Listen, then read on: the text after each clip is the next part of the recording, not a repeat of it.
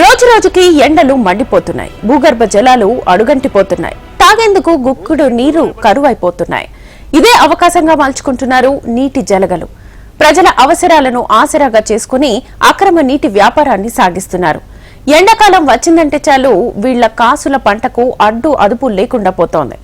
ఓవైపు భూగర్భ జలాలు అడుగంటిపోతున్నా యథేచ్ఛగా నీటి మాఫియా మాత్రం ఇష్టారాజ్యంగా కొనసాగుతోంది.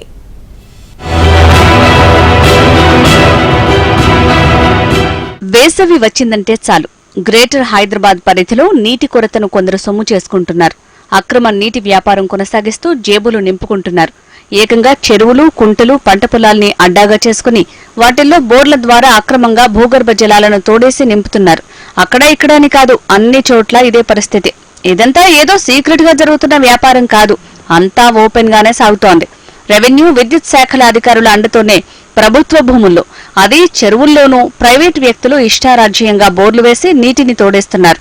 నిబంధనలకు విరుద్ధంగా ఎఫ్టీఎల్ ప్రాంతంలో వెలిసిన అక్రమ నిర్మాణాలకు మీటర్లు, బోర్డులకు విద్యుత్ మీటర్ కనెక్షన్లు ఇస్తున్నారు విద్యుత్ సిబ్బంది.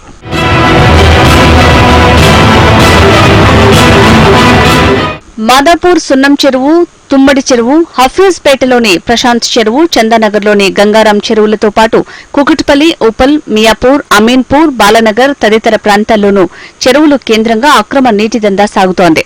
సున్నం చెరువు ఇప్పటికే ఆక్రమణలకు గురికాగా నీటి మాఫియా మరింతగా ఆక్రమించుకుంది. ఎఫ్టీఎల్ ప్రాంతాల్లో నివాసాలు ఏర్పరచుకుని బోర్లు, కరెంటు మీటర్లకు అనుమతి తీసుకుని నీటి దందా చేస్తున్నారు.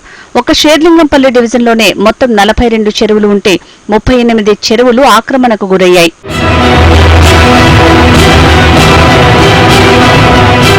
మరికొన్ని ప్రాంతాల్లో వ్యవసాయ బోర్ల నుంచి అనుమతులు లేకుండానే పరిశ్రమలు, ఇతర అవసరాలకు ట్యాంకర్ల ద్వారా నీరు తరలిస్తున్నారు. ఇష్టం వచ్చిన రీతిలో బోర్ల నుంచి నీటిని తోడటంతో భూగర్భ జలాలు అడుగంటుతున్నాయి. ఉప్పల్, బోడుపల్ మధ్యలో నల్ల చెరువును ఆనుకుని ఉన్న ప్రాంతంలో జోరుగా నీటి దందా కొనసాగుతోంది.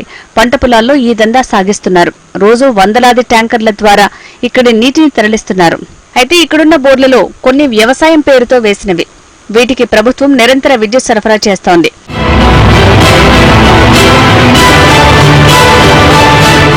భూగర్భ జలాలు అక్రమంగా తోడుతూ నీటి అక్రమ దందా చేస్తున్నారని ఉన్నతాధికారులకు ఫిర్యాదు రావడంతో అధికారులు అలర్ట్ అయ్యారు.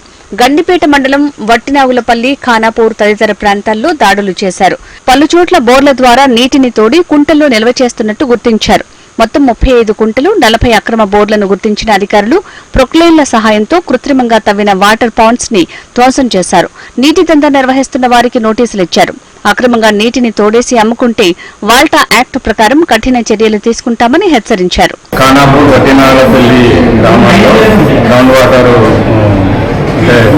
నీటి నిల్వలు పడిపోవడంతో గ్రామస్తులు పెద్ద ఎత్తున చేయడం జరిగింది. దీనికి కారణము ప్రధానంగా వ్యవసాయ బోర్ల వద్ద ట్యాంకులు నిర్మించుకొని ఆ ట్యాంకుల నుంచి ట్యాంకర్లు నింపి అవి హైదరాబాద్ సప్లై చేస్తున్నారు.